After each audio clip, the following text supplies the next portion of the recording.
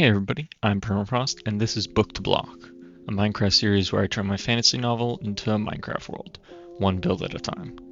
In this series, Book to Block, I'll be using mods like Axiom to bring my world to life. There'll be episodes of terraforming as well as city building, and no small amount of lore detailing. In today's episode, I'll be creating the first location, a mountain range. This mountain range forms a circle around the main dwarven city of Stonehearth. This basin will be made up of mountains that will reach for the sky. Without further ado, let's get started. Alright, so we're starting off with terraforming. I've already picked out a palette in preparation. For the gray of the mountain, I'll be using a mix of stone, tuff, and deep slate, a gradient of those 3 blocks. And for the greenery, grass blocks and moss. Alright, we're going to open up the Axiom menu and go over to the elevation tool. Now to mess with the settings, radius up a bit, 100 for a larger placement, and changing the dynamics so it paints the mountain all at once and a little bit taller. Then add a preset height map of Rocky. When loading the height maps, Axiom has them pre-installed so you can test them out and see what fits your build best. I'm then going to look at the ground straight down and make 2 placements on top of each other for a stretched out mountain. This makes it look more like a mountain opposed to a hill like this one. When making the final placements for the overall build, the mountains will be much taller and more of them, so they won't be just a standalone mountain. For now, I'm going to demonstrate how I'll be coloring / texturing them on this test mountain. I'm going to select just the mountain now. The ground level of this world is already y = 40, I already know that. So I want to leave that alone, and I'm going to start at y = 41 and then go all the way up. Now I can change anything in the area without affecting the ground. As you can see, I can change the block type of the mountain, but if you look down here, it won't go past onto the ground. To start off, I'm going to go in with the gradient painter, with the gradient I mentioned at the beginning of stone, tuff, and deep slate. I'll add these to the side here, all in equal third amounts of the gradient.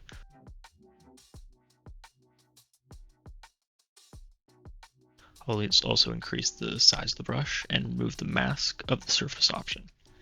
And then I'm going to paint from the top to the bottom to get a spread of these blocks. So you click once at the top, and then click hold at the bottom and paint up. With this, the separation of blocks is a flat line, but after painting all over the mountain, I'll go back and roughen it up a little bit.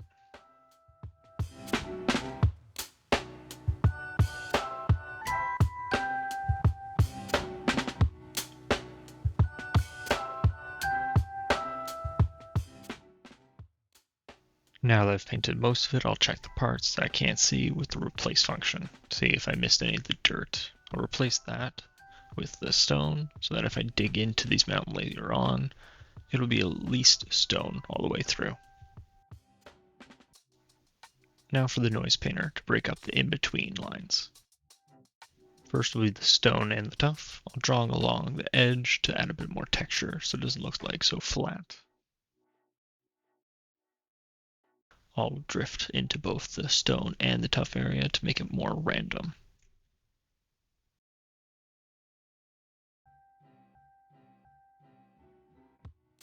And now the same, but with deep slate instead of stone.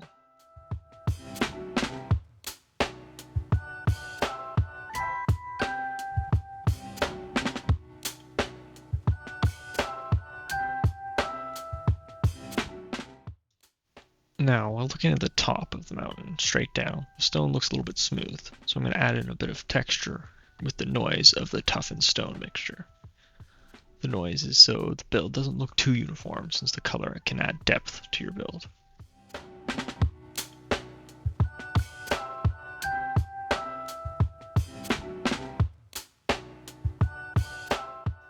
Now that the stony underneath is done, I'll move on to the greenery.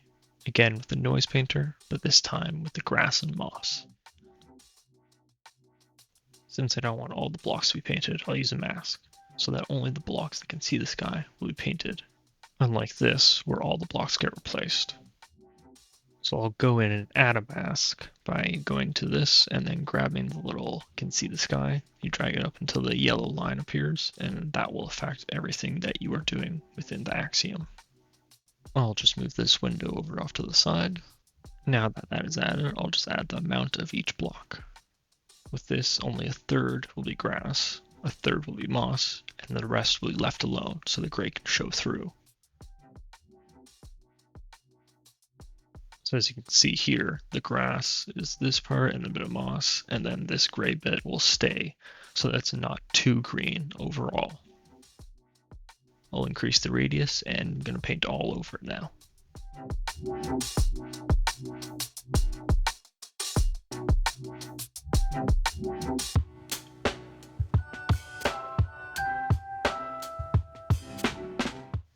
Now to deselect the area and take a look at what we've created.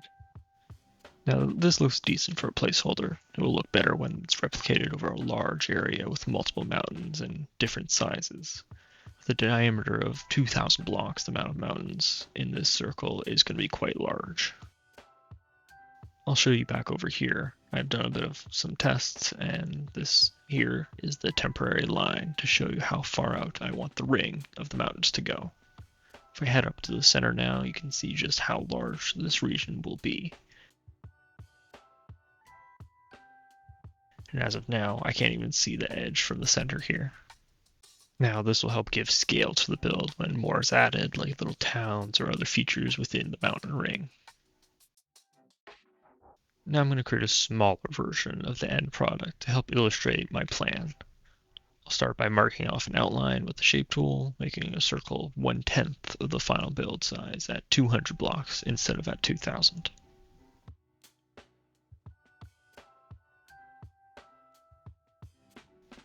Now imagine this being where the mountain range will follow, except for not a perfect circle. I'll add in some imperfections, as in nature, things rarely are perfect.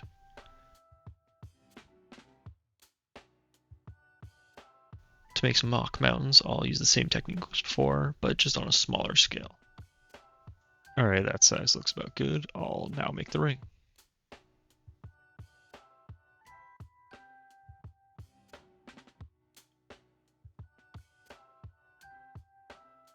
So from the inside, it will look something like this, just much further away and way taller.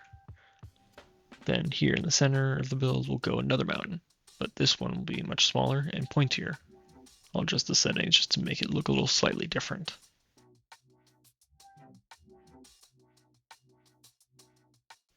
So this mountain will actually be a volcano, and in the final build, it won't be in the direct center, maybe it'll be a bit offset. So I'm hoping this will give you a little bit of a look into my mind on what I expect to build in these first couple episodes.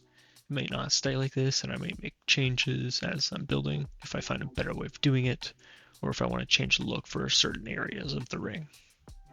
After I finish up the terraforming, I'll add in some features like villages, both in the plains and on the mountains on the outside, as well as roughing up the inner area so it's not just a flat plains, but some rolling hills.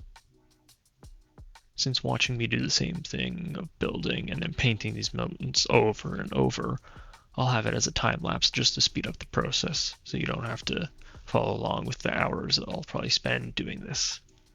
And then after that, if not in this episode, a future episode, I'll start planning out where I plan to add all these features in that I just mentioned.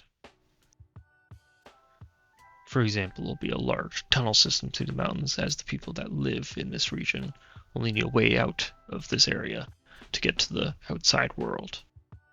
And this volcano won't just be a volcano, there will be a city built up around the volcano where the people will live, and the lava is sort of like the staple of their lives. So I spent a little bit of time building up a small section of the mountain range to give you something to look at, but I'm planning for the full scale. As you can see, the mountain peaks are much higher than in my little demo, and it isn't just one mountain, it's multiple all over. The reason why the tunnel would be the only way in and out of this region is because traversing the mountains would be much more difficult. On the inner part of the mountain range, there'll be the smaller mountains to make it more of a gradual increase instead of going from the flat plains to the spiky mountains instantly, as well as shaping the plains to make it not so flat with some rolling hills. Again, as you can see how deep I've made this mountain range, this size will be somewhat consistent around the ring, if not deeper at some parts. As I mentioned before, I'll be adding a little time lapse of some of the progress to show you how I make it. It is very just repetitive works. So I'll send you to that, and then after that we can look at my progress and discuss the next steps.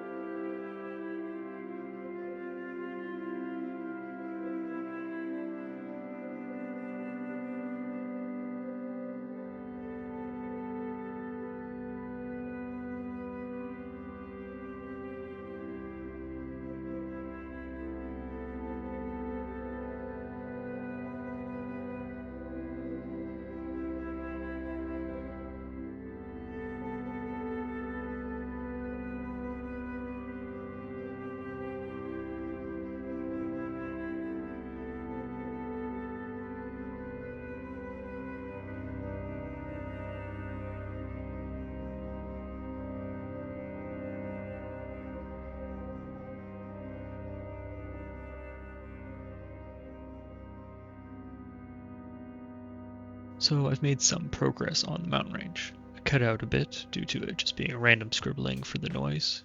It took a little bit longer than I expected, so no greenery of the grass and moss yet. Overall, I've done almost half of the entire mountain range.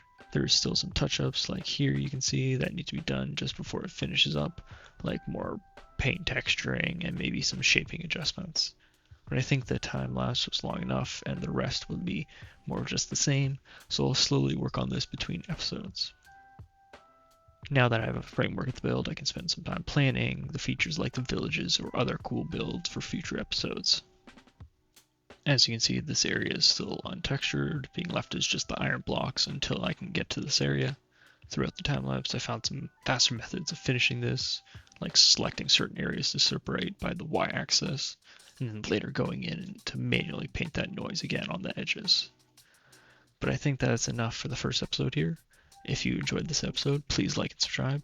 I hope that I can keep making videos like this and sharing my story in this unique way. Until next time.